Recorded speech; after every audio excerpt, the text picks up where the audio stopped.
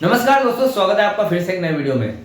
तो दोस्तों 8 पे कमीशन पर न्यू अपडेट निकल कर आई है पेंशनर से रिलेटेड, जहां पर नवंबर मंथ के जितने भी पेंशन मैसेज है उसके बारे में यहां पर बताने वाला हूं, जो स्पार्क से सीधी रिपोर्ट निकल कर आई है। ठीक है, इसके साथ ही जो भी पेंशनर्स है उनको बहुत ही भारी पेंशन में नुकसान होने वाला है, लाखों का नुकसान होने वाला है। ये नुकसान क्यों हो रहा है, आज इस वीडियो में पॉइंट बाय पॉइंट जितनी भी अपडेट है सारी अपडेट समझने वाले हैं। अब क्या पॉइंट है वो आपको पहले बता देता हूं मैं आपको। ठीक है, देखिए पहला पॉइंट हमारा रहने वाला है जो डीएससी पेंशनर्स है और एमएससीपी का लाभ मिलेगा या नहीं जिन्होंने 14 साल सर्विस की है। ठीक है, तो पहला हमारा ये ऑप्शन रहने वाला है। उसके बाद सेकंड पॉइंट रहने वाला है जो ओरोप है ओआरओपी एरियर्स मिलेगा या नहीं। ठीक है, इसके बारे में हम जानेंगे। उसके बाद तीसरा पॉइंट रहने वाला है 3 मंथ डीएडीआर, 3 मंथ का जो डीएडीआर है एरियर नहीं मिला है अभी तक, उसके बारे में क्या अपडेट निकल कर आई है वो जानेंगे। उसके बाद चौथा पॉइंट आता है यहाँ पर, क्या 8वां वेतन आयोग लागू होगा और लागू होगा तो कब होगा, तो 8वें वेतन आयोग से जुड़ी खबरें हैं यहाँ पर। उसके बाद यहाँ पर अगर 8वां वेतन आयोग लागू होता है तो यहाँ पर क्या क्या बदलाव हो सकते हैं कर्मचारियों से रिलेटेड या फिर पेंशनर से रिलेटेड। ठीक है, तो सारी चीजें जानेंगे। उसके बाद जो लास्ट में सबसे ज्यादा इंपॉर्टेंट है कि लाखों का नुकसान हो रहा है पेंशनर्स को, तो वो क्यों हो रहा है वो भी जानेंगे। ठीक है, तो पहला पॉइंट समझते हैं हम। तो दोस्तों आज 8 पे कमीशन से जुड़ी सारी जानकारी देने वाला हूं आपको, पेंशनर से जुड़ी। तो चैनल पर नया तो सब्सक्राइब करें। मेरा नाम है सुनील विश्वकर्मा। जानकारी यूजफुल लगे तो एक लाइक करके जरूर जाना। चलिए दोस्तों बढ़ाते हैं वीडियो को आगे। तो देखिए दोस्तों, सबसे पहले जो पॉइंट है 8 पे कमीशन से जुड़ा हुआ, डीएससी पेंशनर और एमएससीपी का लाभ, जिन्होंने 14 साल की एमएससीपी ली है या फिर 14 साल से, उनको एमएससीपी का लाभ मिलेगा या नहीं। ठीक है, देखिए 7वें वेतन आयोग की सिफारिश में यह बात हुई थी कि डीएससी कर्मियों को एमएससीपी का लाभ मिलना चाहिए। चूंकि डीएससी कर्मी भी रक्षा बलों यानी कि डिफेंस फोर्स के तहत आते हैं, इसलिए उन्हें एमएससीपी का लाभ यानी कि रीएम्प्लॉयमेंट की तारीख से 8, 16 या फिर 24 साल की सेवा पूरी करने पर मिल सकता है, बशर्ते उन्हें कोई प्रमोशन न मिला हो। 14 साल की सर्विस के हिसाब से एमएससीपी के तहत पहला वित्तीय अपग्रेडेशन यानी कि फाइनेंशियल अपग्रेडेशन 8 साल बाद मिल चुका होगा और दूसरा अपग्रेडेशन 16 साल बाद जल्द ही ड्यू हो सकता है। ठीक है,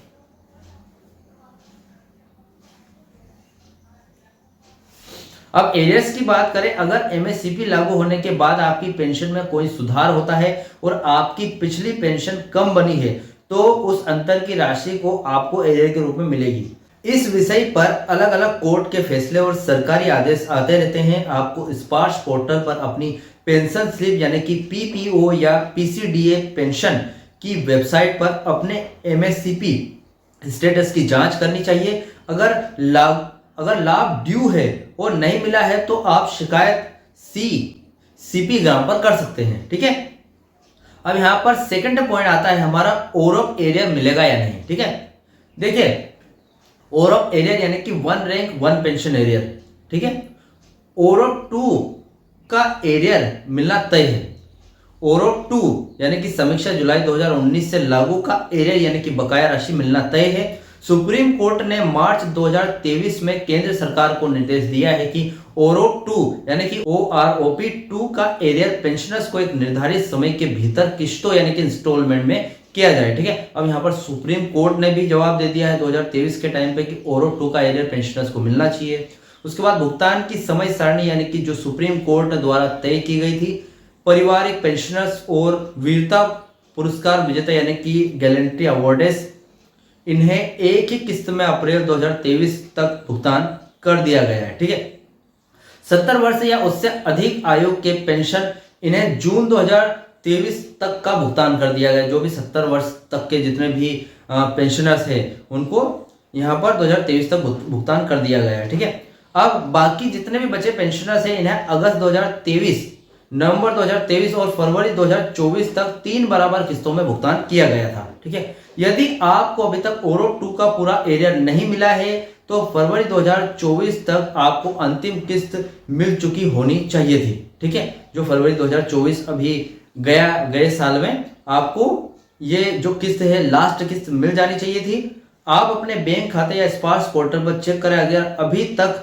अभी भी नहीं मिला है तो तुरंत पीसीडीए यानी कि पेंशन या अपने रिकॉर्ड ऑफिस में चेक करें। ठीक है, अब यहाँ पर तीसरा ऑप्शन आता है 3 मंथ डीए डीआर एरियर नहीं मिला, मतलब 3 महीने का आपको जो डीए डीआर का जो एरियर है वो नहीं मिला। 3 मंथ डीए डीआर एरियर से आपका मतलब शायद जो डीए डीआर की जो पिछली बढ़ोतरी से है, जो आम तौर पर 6 महीने के लिए ड्यू हो जाती है, यानी कि जनवरी और जुलाई से लागू।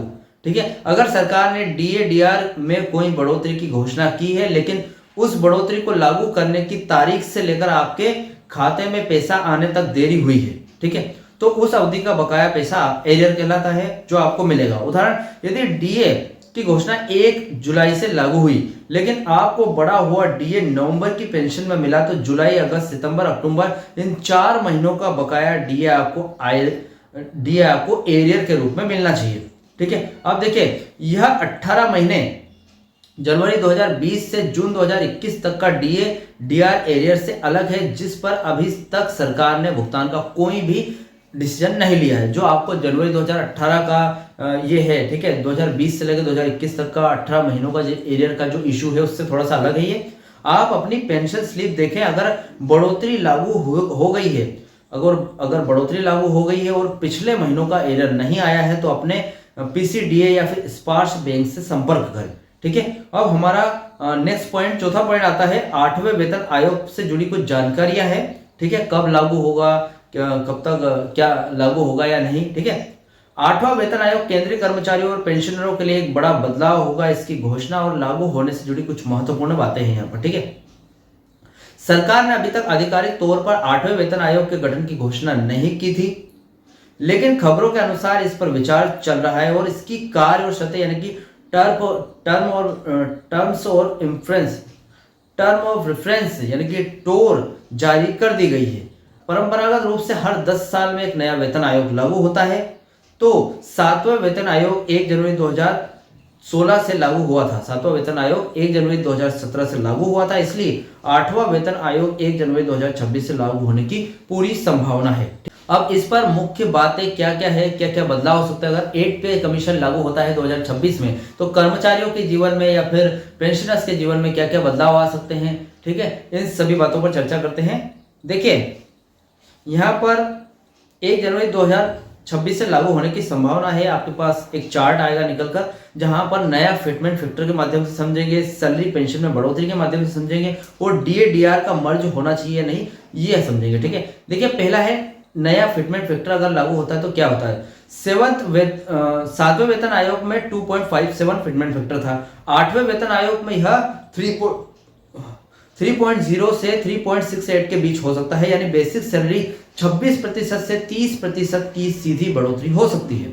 आपकी जो बेसिक सैलरी है, अगर 8वां वेतन आयोग लागू होता है तो 26 से लेकर 30% तक की बढ़ोतरी देखने को मिलेगी आपको। अब सैलरी और पेंशन में बढ़ोतरी, कर्मचारियों और पेंशनरों की मूल सैलरी यानी कि बेसिक सैलरी में वृद्धि होगी। अनुमान है कि यह 25 से 40% तक की बढ़ोतरी हो सकती है। ठीक है, अब डीए डीआर का क्या है। जब डीए डीआर 50% के पार चला जाता है तो नियमित इसे मूल वेतन में मिला दिया जाता है, यानी कि मर्जर हो जाता है। 8वें वेतन आयोग लागू होने पर यह DA DR basic salary pension में शामिल कर दिया जाएगा। मतलब अगर आपका 8वां वेतन आयोग लागू होता है तो बेसिक सैलरी जो कर्मचारियों को मिलती है और बेसिक पेंशन जो पेंशनर्स को मिलती है, उनके लिए एक जैसा फिटमेंट फैक्टर जुड़ेगा परसेंटेज के हिसाब से। ठीक है, फिलहाल न्यूनतम वेतन की बात करें यहाँ पर, तो न्यूनतम वेतन आपका 18,000 था। 7 सीपीसी लागू हुई थी 6 सीपीसी से। 7 सीपीसी 2016 में लागू हुई थी, तो 18,000 मूल वेतन था। अब आपका डीए डीआर भले 50% से 100% चला गया हो, तो आपकी जो सैलरी है 18,000 से 40,000 के समथिंग तो होगी अभी। लेकिन आपको पता है हर वेतन आयोग जब भी लागू होता है तो आपका जो डीए या डीआर होता है वो माइनस हो जाता है, मतलब आपकी मूल सैलरी में मिल जाता है, तो आपका डीए डीआर 0 हो जाता है। ठीक है, तो आपकी जो बेसिक सैलरी कितनी है, 18,000 ही है। देखा जाए तो वो 30,000 40,000 नहीं होगी, 18,000 है। 18,000 के हिसाब से आपकी बेसिक सैलरी में बढ़ेगा। ठीक है, आपकी बेसिक सैलरी बढ़ेगी, तो आपकी बेसिक सैलरी न्यूनतम वेतन 18,000 प्रति रुपये माह से बढ़कर 21,000 या 26,000 तक हो सकता है। अब 26,000 के हिसाब से जब भी आपकी 8 पे कमीशन के बाद अगर 26,000 सैलरी हो जाती है और आपका धीरे धीरे डीए बढ़ना स्टार्ट होता है, तो आपकी जो 26,000 सैलरी वो 50,000 तक चली जाएगी। तो 18,000 के हिसाब से अगर फिटमेंट फैक्टर कुछ भी आपने 3.0 लागू कर दिया, 2.57 लागू कर दिया, तो कितनी हो जाएगी, सीधे 18,000 से बढ़कर 50,000, मतलब 2 से 2.5 गुना आपकी सैलरी बढ़ सकती है। पेंशनर्स के लिए विशेष परिवार जो देखिए जो फैमिली पेंशन है उनके लिए फैमिली पेंशन और अन्य रिटायरमेंट लाभों में सुधार होगा। कुछ खबरें हैं कि टोल में पेंशनर्स का जिक्र न होने से चिंता है, लेकिन यह सुनिश्चित करना आयोग का काम होगा कि पेंशनर्स को भी लाभ मिले। ठीक है, जैसे देखिए यहाँ पर वेतन 8वां वेतन आयोग यहाँ पर लागू हो रहा है, तो बहुत सारे न्यूज़ चैनलों में हम देख रहे हैं कि पेंशनर्स के लिए यहाँ पर कोई जगह नहीं है। ठीक है, लेकिन यहाँ पर सरकार भी कुछ हद तक सोचेगी कि पेंशनर्स को भी मिलना चाहिए, क्योंकि जहां पर 50 लाख कर्मचारी केंद्रीय कर्मचारी काम कर रहे हैं, तो वहीं पर 69 लाख पेंशनर्स भी हैं जिनको पेंशन बढ़ने का इंतजार है। ठीक है, तो फिलहाल यहाँ पर देखिए एक लास्ट पॉइंट आता है, लाखों का नुकसान हो रहा है पेंशनर्स को, तो वो क्यों हो रहा है, कैसे हो रहा है, वो समझते हैं। ठीक है, देखिए अक्सर ओरोप एरियर के भुगतान में देरी या पुरानी पेंशन के कम निर्धारण के संदर्भ में उपयोग किया जाता है।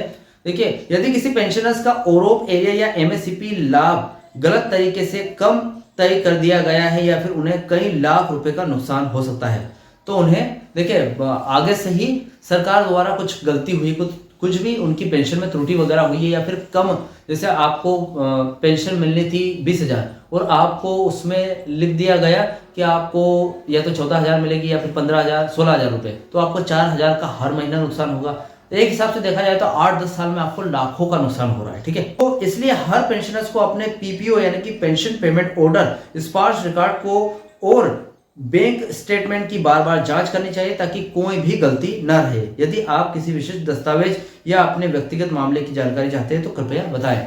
ठीक है, तो देखिए ये पेंशनर से जुड़ी जितनी भी खबर थी, आई होप आपको पूरी तरीके से समझ में आ गया होगा, या फिर इससे अलावा भी कोई भी डाउट क्वेश्चन वगैरह हो तो मुझे कमेंट बॉक्स में कमेंट कर सकते हैं। वीडियो अच्छा लगा तो वीडियो को लाइक कमेंट से जरूर कर। मिलते हैं दोस्तों नेक्स्ट वीडियो में। सी यू सून।